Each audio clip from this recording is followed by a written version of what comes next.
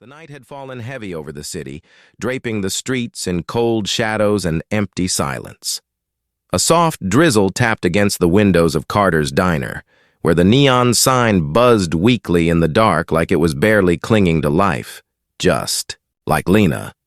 She stood behind the counter, her fingers aching from wiping down tables for the 5th time. Her apron was wrinkled, stained with coffee and ketchup, and her chestnut hair was tied back loosely in a bun that had given up hours ago. She was 22, but life had made her older. The kind of older you couldn't see in wrinkles. Only, in the tiredness of her eyes, outside, traffic was long gone. Inside, only the hum of the refrigerator and the occasional hiss of the coffee machine kept her company. Lena checked the clock, 1:07 a.m. Her shift had been dead quiet, save for one customer. He was strange, that man. Expensive coat, haunted. Eyes, barely said a word. He'd walked in, taken a seat at booth 7, ordered a coffee, and stared into it like it held the answers to a broken past. Then, as suddenly as he came, he left, leaving behind a $20 bill and untouched. Coffee. She didn't think much of it at first. Just another tired soul passing through. But when she went to clean his table, she found something that would change everything. Underneath the chipped porcelain plate was a crumpled, coffee-stained piece of paper, torn, fragile, like it had been, handled by shaking hands. Lena picked it up, unfolded it carefully, and squinted at the faded ink. Her heart slowed. Then it sped up again. The note wasn't complete. Half of it was destroyed by moisture, but the part she could still read gripped. Her chest like a fist. "I'm sorry I abandoned you. I was too much of a coward. Your mother never forgave me. The boy, his name is Zane. He deserves to know the truth before it's too late." Lena felt her breath catch. Zane? It wasn't a name you heard often. And the tone, it wasn't casual. It was desperate. Heartfelt, the kind of words that someone wrote when they didn't know if they'd ever get a second chance. She flipped the paper over. On the back, scrawled in messy, childlike handwriting, were 2 words that made her spine. "Tingle, find Dad." Lena stared out the window, but the black car was gone. Only streetlights and puddles remained. Her fingers trembled as she sat down in the booth and read the words again. And again. Who was Zane? Who wrote this? Was the man who left it behind the father? Or was it meant for him? For some reason, she thought of the little boy who had come in a few weeks ago. He'd been no more than 7, with tousled hair and a quiet sadness in his eyes. He came with an older woman and had spent the entire time drawing on napkins. One of his drawings had shown a house. Another showed a tall man with a scar. And a big frowning face. At the time, Lena thought nothing of it. Now her gut was screaming. She pulled out her phone and texted her younger sister, Mira, Lena. "Found something strange at work. A letter. Might be nothing, but it feels important. Mira. What kind of letter? Lena. Sends picture. Mira. Lena, this isn't nothing. This looks like a goodbye or a warning. Lena. Do you think it's real? Mira. I don't know, but you've always known how to read people. If it's pulling at your heart, maybe someone needs you. To find them. Lena stared at the screen, heart twisting. Mira was just 16, fragile and ill, but sometimes she said things with a wisdom that felt like it came from another world. Her fingers hovered over the keyboard. Then, without thinking too hard, she posted the photo of the torn letter on a local community forum, one meant for lost items and found things people left behind. She captioned it simply, "Found this at Carter's Diner, booth number 7. If it belongs to you or someone you know, please reach out." She hit send, not expecting much, but within minutes, her phone buzzed again. Ping, a direct message. No profile picture, no name, just one sentence. "Where did you get this? Don't move. I'm coming." Axel, her breath hitched. The name at the end felt deliberate and dangerous. Axel. Was that him? The man with the scar? The one who didn't drink his coffee? The diner suddenly felt colder, the windows darker, every creak in the walls louder. And yet, Lena didn't run. Something in her heart whispered, "Don't be afraid. This isn't the end of a story. It's the beginning." Outside, the growl of an engine broke the silence. Headlights flooded the front window. A car pulled into the lot. Same car, same man. He was back, only this time he wasn't leaving behind secrets. He was coming to collect them. And Lena? She had just stepped into a stranger's past, a past that wasn't quite ready to stay buried. The bell above the diner door jingled sharply, cutting through the stillness like a blade. Lena froze. There he was. Axel, the man from booth 7. The same coat, the same scar above his brow. But something was different this time. His steps were harder, faster. His expression wasn't blank. It was storming. He walked straight to her, the door closing behind him with a hiss. His voice was low, rough. "Where is it?" Lena's heart hammered. "The letter?" He nodded once. Eyes locked to hers. Something in them flickered. Not anger, but fear. Or grief. She handed it to him gently, like it was made of glass.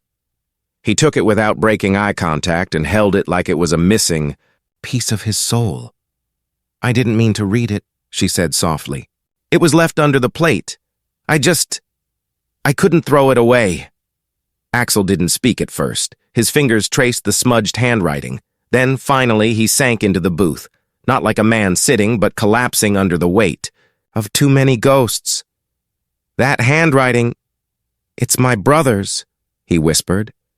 "Or it was." Lena blinked. "You mean you didn't write this?" Axel shook his head. "No, my younger brother, Caleb. He disappeared 10 years ago. Everyone thought he was dead. But now this..." He held up the letter, voice cracking. "This proves he's alive, or was, until recently." A chill danced up Lena's spine. "Who's Zane?" Axel looked up at her then, truly looked at her. "His son." Her breath caught. "Your nephew?" He nodded. "I didn't even know he had one. Caleb never mentioned a child, but this letter, it means he was trying to come back, to fix things." Lena's voice was gentle. "And the part about abandoning someone, the mother?" Axel closed his eyes for a moment, jaw clenched. "He ran from everything. Our family, his girlfriend. Maybe she never told him about the boy, or maybe she did, and he couldn't face it. Caleb was always running." He leaned forward suddenly.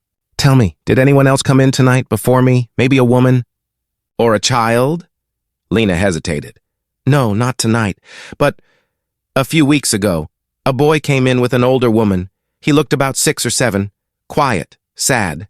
He drew a picture on a napkin, a man, a house, and a big frowning face." Axel's eyes went wide. "That's Zane. It has to be." Something inside Lena twisted. That boy had left more than just drawings behind. He'd left a silent scream for help. And maybe this letter, maybe it wasn't forgotten. Maybe it was placed.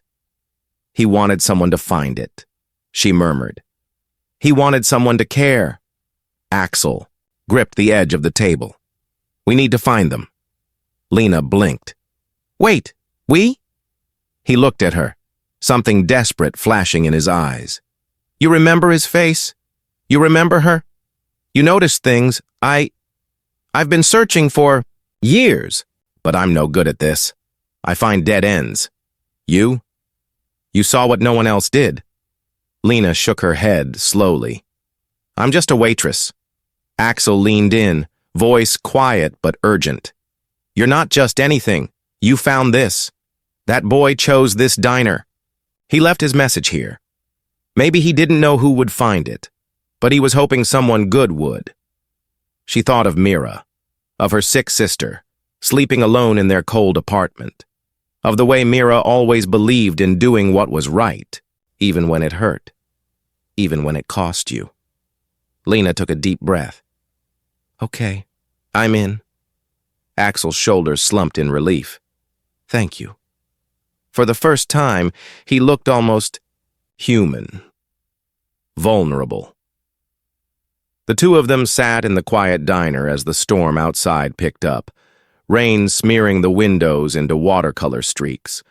They pulled out napkins, pens, tried to recreate the boy's drawing from memory. Lena remembered the colors. He'd used blue for the house, red for the heart drawn between the man and the boy, then crossed out, replaced with a jagged black X. He was trying to say something, Lena whispered. Yeah, Axel replied. That he was losing hope. Suddenly, Lena stood up. Wait, I think I know where they might be. Axel turned sharply. Where? There's a shelter on Westfield Avenue. The woman, she had this exhausted, scared look, like someone on the run. I remember thinking she might not have anywhere to go. They help mothers there. Maybe. Without another word, they grabbed their coats. Lena locked the diner behind, her heart pounding with something new, something terrifying and electric.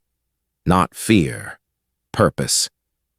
As the two strangers climbed into Axel's car, two people pulled together by one broken letter and a child's desperate plea, the rain pounded harder, and the night closed in around them. But inside Lena, a light had been lit, and whatever secrets this family held, she wasn't turning back. Not now, not ever. The wipers thumped rhythmically as Axel's car tore through the rain-slick streets of the city. Beside him, Lena sat silent, clutching the torn letter in her hand, the ink smeared slightly from where her fingers had pressed too tightly. She stared out at the blur of headlights and reflections, her thoughts racing. Neither of them spoke for a while. The storm outside seemed to match the storm brewing in their chests, loud, wild, and without mercy. How long has it been since you saw your brother? Lena finally asked, her voice soft but loaded with curiosity. Axel didn't look at her. His jaw was clenched, knuckles wide against the steering wheel. 10 years, he said hoarsely. I was 19. He just vanished. No note. No goodbye. I thought he was dead. We all did. Lena turned slightly, in her seat. And you think this letter means he's still alive? Axel's voice lowered. I don't know what to think. But the letter, it's recent. That handwriting, the way he writes the R's. It's him. Caleb always had this weird way of curling the tail. He paused. He was a mess, Lena. Running from bad choices, bad people, but he wasn't evil. He just didn't believe he could be good. Lena said nothing, but she knew that kind of pain. You didn't have to be hunted to feel like you were always hiding. You didn't have to disappear to feel forgotten. I saw the kid draw a picture, she whispered. He drew a man walking away. He had tears coming out of his eyes. The boy labeled him Daddy. Then he crossed it out and wrote, Why? Underneath, Axel winced. God! The car fell into silence again. Finally, they turned down a quiet street, where cracked sidewalks curved around old trees, and tired porch lights blinked behind rain-streaked windows. At the very end of the street stood a small brick building, with chipped red paint and a dented mailbox hanging off one screw. The sign above read, Haven House Women's Shelter. A safe space for survivors, no judgment, just love. Axel parked and killed the engine. Rain pattered on the windshield like nervous fingers. Lena wiped her palms against her jeans and looked at him. You ready for this? Axel didn't answer immediately. He looked up at the sign, then back at her. I don't even know what I'm expecting, he said. Closure? Answers? Redemption? She offered a small smile. Maybe just a chance to stop running. They stepped out of the car together, pulling their jackets tight as the cold drizzle settled on their skin. Inside, the shelter was quiet, dimly lit by fluorescent bulbs that buzzed faintly overhead. A young woman sat behind the front desk, flipping through a worn folder. She looked up, eyes wary. "Can I help you?" Lena stepped forward. "We're looking for someone. A woman and a child. His name might be Zane, about 7 years old. He was here a few weeks ago." The receptionist's eyes narrowed. "We don't give out information about our residents. It's policy." "I understand," Lena said gently, sliding the letter across the desk. "But this boy, he left this behind. It's a message, a cry for help. We think the man he wrote about is his father, Axel's brother." The woman's expression shifted subtly. Her eyes fell on the letter. Her lips parted slightly. I've seen him," she said at last. "Quiet boy, keeps to himself, always drawing, watches the door like he's waiting for something." "Is he still here?" Axel asked, his voice trembling despite his effort to sound composed. The receptionist hesitated, then stood. "Wait here. I'll check." As she disappeared down the hallway, the seconds felt like centuries. Lena looked around. The walls were lined with faded posters, motivational quotes, photos of smiling mothers with children, a corkboard pinned with lost items, a bin of worn, stuffed animals. Then, footsteps. The receptionist returned, and beside her was a small figure, pale face, messy dark hair, big watchful eyes. Zane. Axel's breath caught. The boy stood frozen, one hand clutching the edge of the receptionist's shirt, the other holding a folded napkin, another drawing. He didn't speak, just stared. Lena knelt slowly to his level. "Hey, Zane, do you remember me?" He blinked, slowly nodded. "I found the letter, the one you left on the table, the one about your dad." Zane looked down. He held out the drawing. With a trembling hand, Axel took it, hands shaking. It was simple, 3 stick figures. One man with a scar, a boy with a small heart drawn on his chest, and another man whose feet were fading away, erased by soft pencil strokes. Beneath the image, written in a child's shaky handwriting, "Find him. Please," Axel choked. I think I'm your uncle." Zane's eyes welled up. "You look like him," he whispered.